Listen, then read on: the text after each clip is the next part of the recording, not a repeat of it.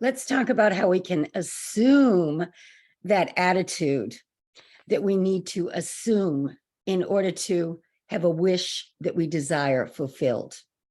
Neville Goddard talks a lot about this. All the metaphysical teachers are teaching you that you're in the driver's seat. You're the master of your fate if you choose to be.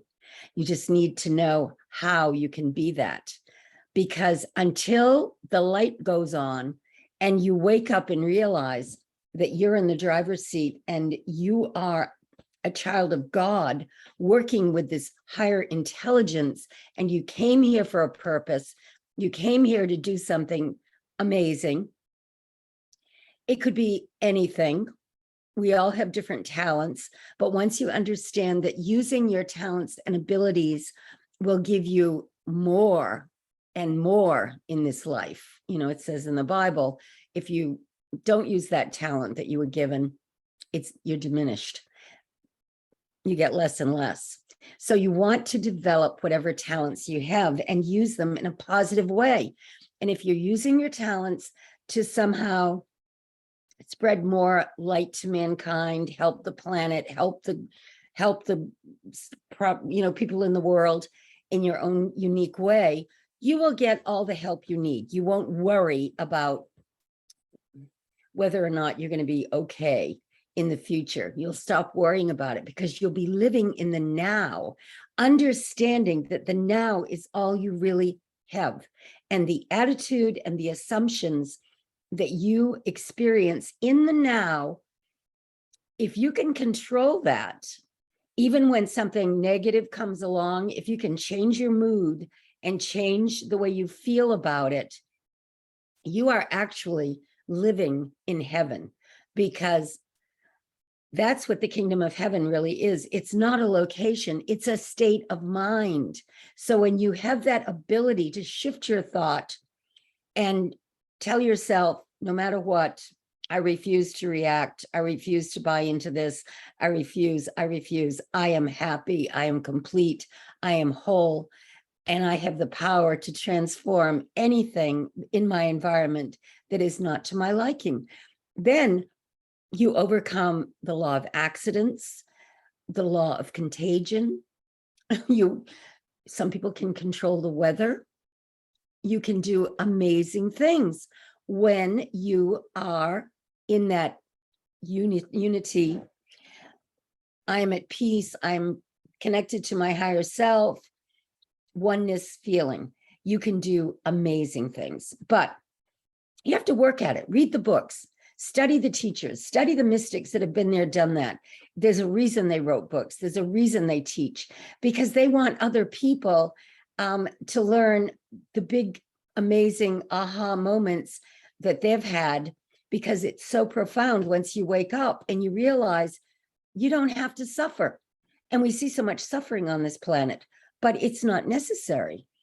It's just an attitude. It's a mood. It's a belief that, people have, a certain percentage of people have to suffer, and it's not true.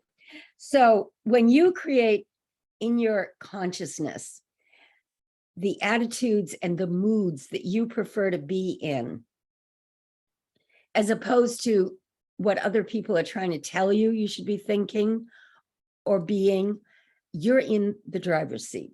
So look in the mirror, and I've told you this before, it's a Louise Hay technique. Look at your eyes in the mirror in the morning, try to do it every day, and just look in the mirror and say, I love you. I really love you. And then use the I am command and say things like, I am successful. I am someone who empowers people. I am joyful. I am charismatic. I am healthy. I am living the best life ever. I attract everything that I need in my experience, moment to moment, every single day. I live in the flow of positive, uplifting, fabulous spiritual energy. And just go on and on with the things that come to your consciousness that you want to claim for yourself. Because what you claim and command Once you've made that connection to your true self, your authentic self, the self that you can love, then it will manifest in your experience. But you have to assume the right mood. You have to find that mood that makes you happy. Think about things that have happened in your life that made you really, really happy. And go back to that feeling you were in when you were experiencing it, to reconnect with it, to feel it again. You can, the person who can shift their mood anytime they want to, from a negative situation to a very positive feeling, and they have control over their environment, and they're actually living in heaven, because the kingdom of heaven is not a location, it's a state of mind. And once you understand that you're creating either heaven on earth, or you can even create hell if you want to be that negative and that depressed, many people are, that's a state of mind. And if you don't like the state that you're in, you can shift your consciousness to a better state and be in the now with it right now. And when you're able to be experiencing in the present moment what you desire, as if it's already happened, it has to show up in your experience. That's how it works. So keep assuming and keep lifting your mood to that place where there are no problems, only solutions.